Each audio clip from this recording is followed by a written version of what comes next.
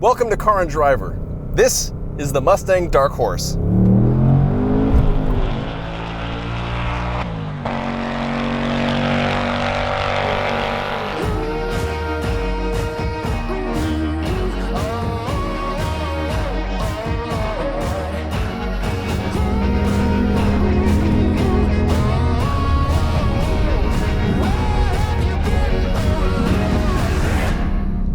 We're at Charlotte Motor Speedway to experience this car for the very first time. I've never been to this track before. I've never obviously driven this car before, but we've done quite a bit of hot lapping with it to experience what this new performance variant of the 7th generation Mustang feels like.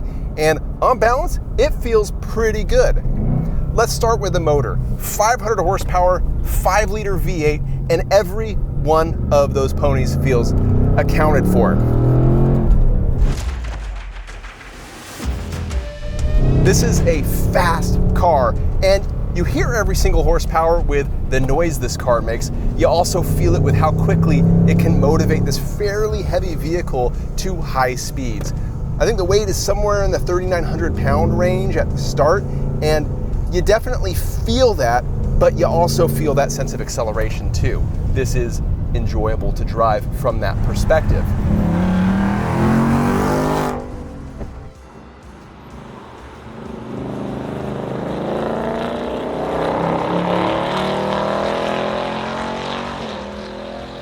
Let's talk about the hardware that makes this thing stop and steer so well. Dark Horse comes with an available track package, and that gives you aggressive Pirelli Trofeo RS tires.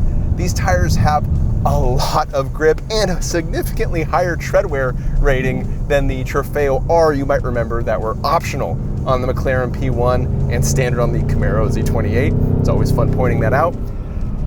These have a staggering amount of grip, and together this does make this largish and relatively heavy vehicle very confidence inspiring, and there's a couple other reasons why that is the case as well.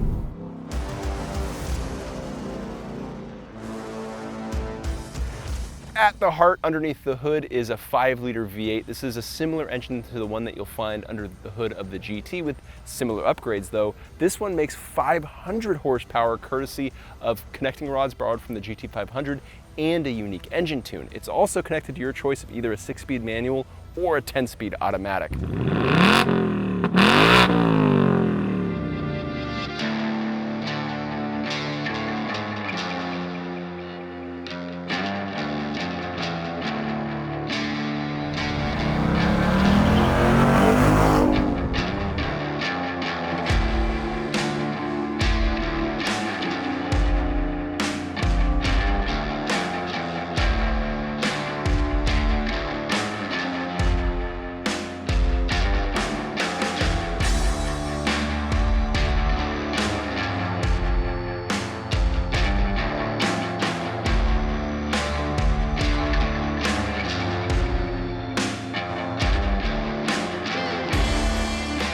The biggest change when you hop in a 7th generation Mustang is the interior. Whether you're in a Dark Horse, whether you're in a GT, whether you're in an EcoBoost, you're gonna notice these two massive screens, one for the gauge cluster and one for the infotainment display.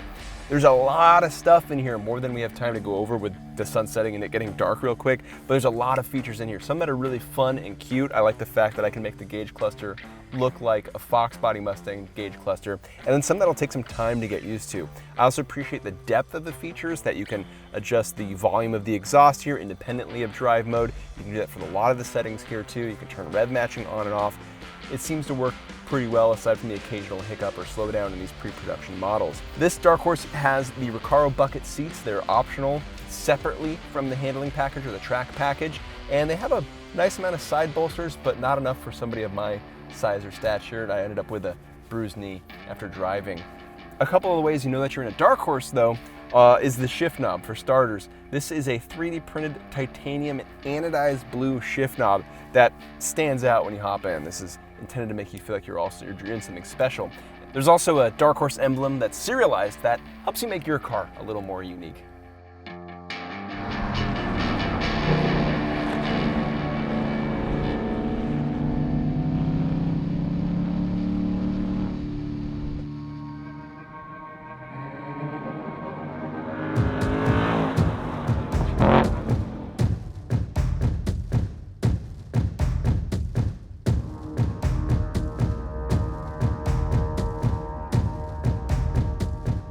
talk more about the experience. You can get a 10-speed automatic. You can also get a 6-speed manual. Get the 6-speed manual. They're a dying breed, kind of like the rest of this segment is. And there's a lot of reasons to enjoy this 6-speed manual. You get automatic rev matching that you can turn off and on. You get no lift shift. Yes, you can keep the gas pedal planted while you're upshifting, which is always delightful, no matter what vehicle you're in. And especially if the car allows you to do it in a way that doesn't break the vehicle, that's really nice too. I will say that this car's no lift shift is a little bit slower than I'd like it to be, especially compared to what you get out of a Camaro or Corvette, which also has the same feature. You can shift that fast, real fast. I mean, no lift shifted, it feels like you're actually doing a no lift shift in that kind of semi-abusive feeling way. This car is a little more delayed.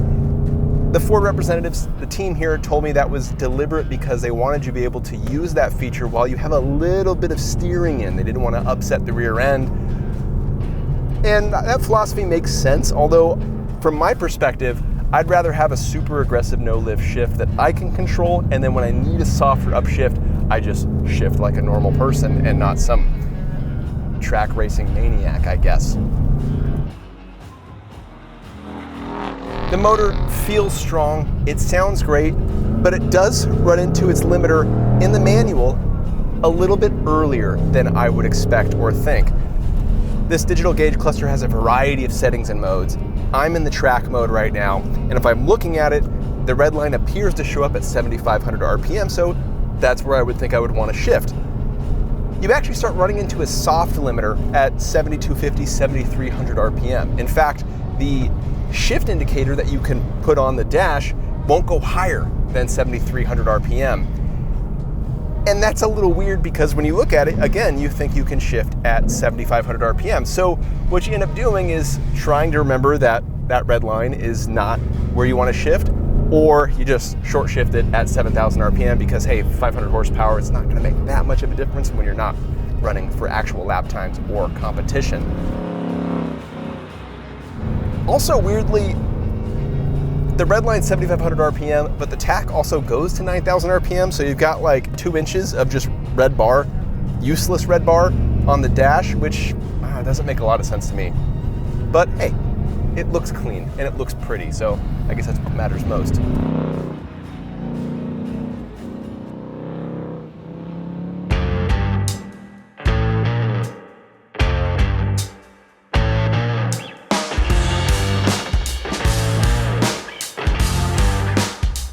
Now, with regard to the actual handling of this vehicle, it's enjoyable.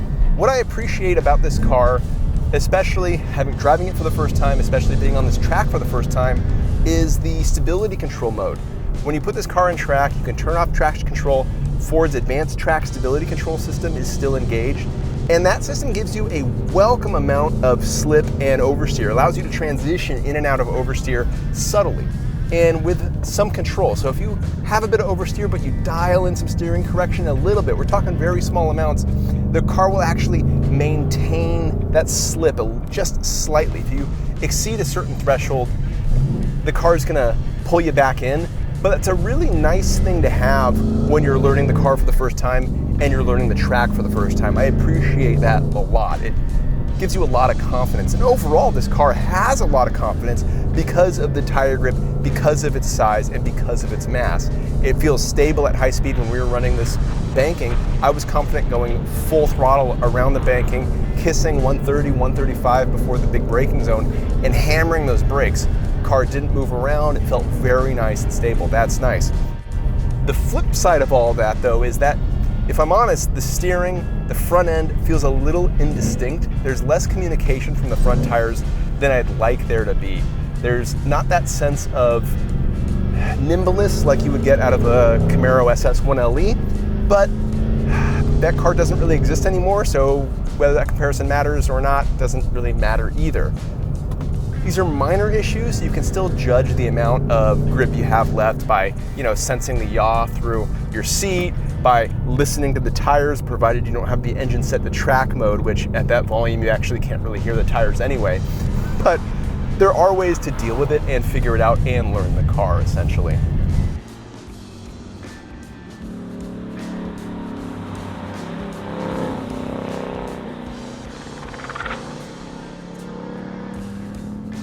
On balance though, the thing that I come back to with driving this quickly is that sense of stability, that sense of control, that sense of confidence in a vehicle that's this fast, this heavy, and this capable. Those are nice attributes to have. As I'm entering this big braking zone, I did have a couple of moments where the automatic rev matching didn't engage when I was downshifting from 3 to 2. So that was a big downshift moment when you're going at speed, where you're going 5-4, 4-3, 3-2, and the automatic rev matching worked on all the downshifts except for that 3-2 downshift. The second time I went through, I deliberately waited to make sure that I just wasn't trying to downshift too fast, and it happened again. So, in fairness, these are pre-production cars, and that might be a pre-production glitch. From my perspective though, it kind of failed the trust fall experience that you need when you're driving a new car on track. The technology needs to work as soon as you hop in without issue, and as soon as there's an issue, you're kind of like, oh, I'm not so sure I entirely trust this. More time with it might build that trust back, but it's something that happened in, again, this pre-production car.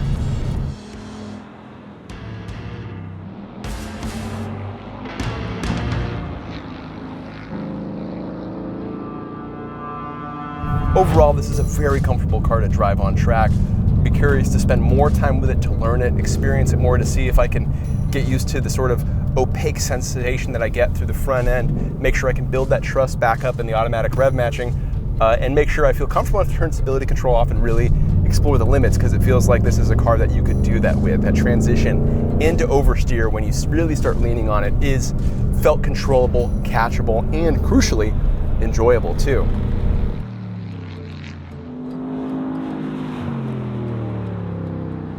Backing away though from the car analysis side of things, it's hard not to feel a little bit melancholy when you're driving this, because I'm behind the wheel, I'm having a great time, I'm going around a Roval, you know, this is fun, but I'm also thinking in the back of my mind, the Camaro's gone, Challenger's leaving. As far as V8 muscle cars or pony cars go, this is the end. Right here, we're looking at it. And this is enjoyable, for sure. It's really fun, but you can't help but escape the sense that the segment is dying or changing in a way that will never be what it was, what you think about when you think about a pony car or a muscle car. And that's sad. I woke up this morning feeling a ping of sadness that this is the end.